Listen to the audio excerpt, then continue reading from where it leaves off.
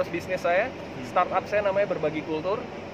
Itu adalah media startup, movement kecil yang saya bikin untuk men-trigger perkembangan karakter bangsa gitu. Jadi gimana caranya supaya teman-teman kita yang suka sumbu-sumbu pendek, yang gampang banget termakan oleh hoax, mereka bisa punya point of view lain.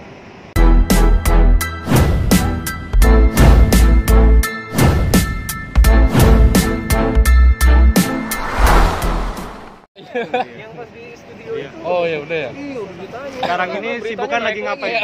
Bang Ali, sibukannya sekarang ini lagi ngapain? Hampir setahun nih kan pandemi. Iya. Gimana? Saya sekarang lagi ngurus bisnis saya, startup saya namanya Berbagi Kultur. Itu adalah media startup, movement kecil yang saya bikin untuk men-trigger perkembangan karakter bangsa gitu. Jadi gimana caranya supaya teman-teman kita yang suka sumbu-sumbu pendek, yang gampang banget termakan oleh hoax, gampang banget terombang-ambing akan hal yang sebenarnya nggak jelas, buktinya apa? Mudah-mudahan dengan adanya Berbagi Kultur, mereka bisa punya point of view lain. Jadi punya cara berpikir baru, terus udah kayak gitu mereka nggak jadi orang yang dalam tanda kutip gampang disetir sama media. Awalnya apa bang yang membuat bisa bikin? Karena saya ngelihat banyak perkembangan bangsa ini yang menurut saya pertama miskonsepsi akan sesuatu gitu kan ya. Karakter bangsa Indonesia terutama anak-anak mudanya yang menurut saya sudah sungguh sangat jauh bergeser. Timur banget juga enggak, barat banget juga enggak gitu. Jadi kita kehilangan jati diri. Saya cuma pengen ngingetin bahwa kita orang Indonesia, kita punya apa yang kita bisa dan itu harus kita dorong, kita kembangkan. Soalnya ini adalah legacy kita semua. Ini tanggung jawab mas-mas sama kita semua buat adik-adik kita nanti. Karena maksudnya sadar atau nggak sadar 40-50 tahun lagi kalau kita nggak persiapkan ini buat mereka, nanti yang mereka kan yang akan jadi presidennya gitu. Kalau mereka mentalitasnya gitu-gitu aja atau masih gampang terombang-ambing sama hoax, kita cuma akan jadi korban dari agenda-agenda yang dipersiapkan sama negara-negara yang lebih kuat gitu. Jadi kita harus kuat dulu di dalam. Bang, mau konfirmasi dong sejak kapan tuh? Sejak pandemi langsung tutup. Sejak pandemi langsung tutup. Berarti dari udah setahun yang lalu? Jadi saya buka restoran itu di Tokyo, itu bulan November, Februarinya langsung tutup karena kita waktu itu ngincer Olimpiade dan Olimpiadenya kan batal 2020 itu. Jadi tim saya semuanya udah siap berangkat ke Tokyo, tiba-tiba border ditutup. Saya udah nggak bisa ngapa-ngapain lagi. Itu adalah cara saya juga memperkenalkan Indonesia ke luar negeri. Saya bawa soto Betawi ke Tokyo, ke area Kanda, sudah dibuka semuanya. Dan sekarang ya akhirnya mau nggak mau harus diserahkan sama warga lokal. Berencana buka bisnis lain lagi kan? Insya Allah bikin. Kira-kira apa?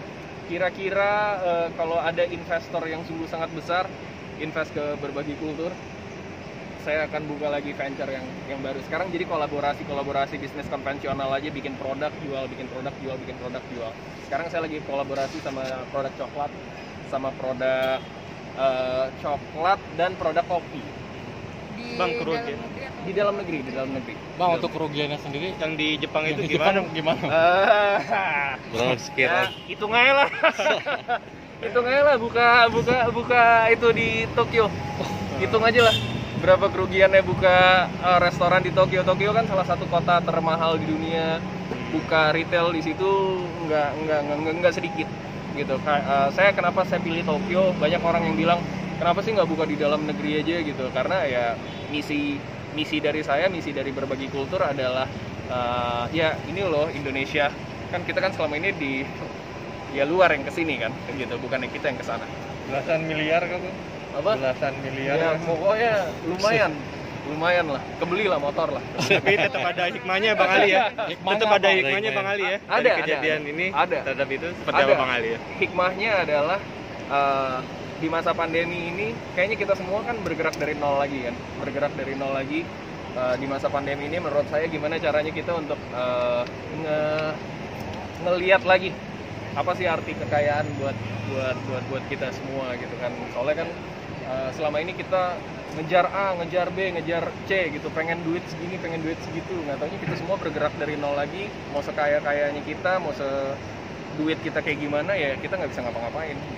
Jadi Ada ya, rasa takut atau kapok gitu nggak? Kapok gak sih Bang? Buka apa? Buka bisnis. Enggak lah, di luar negeri?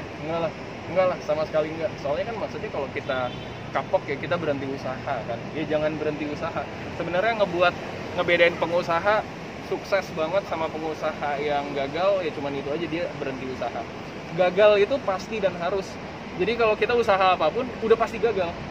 Dan udah pasti harus gagal. Soalnya itu tinggal tunggu waktu pasti gagal. Jadi kalau nggak gagal berarti ada yang aneh. Berarti dukunnya bagus. Berarti dukunnya. Oke.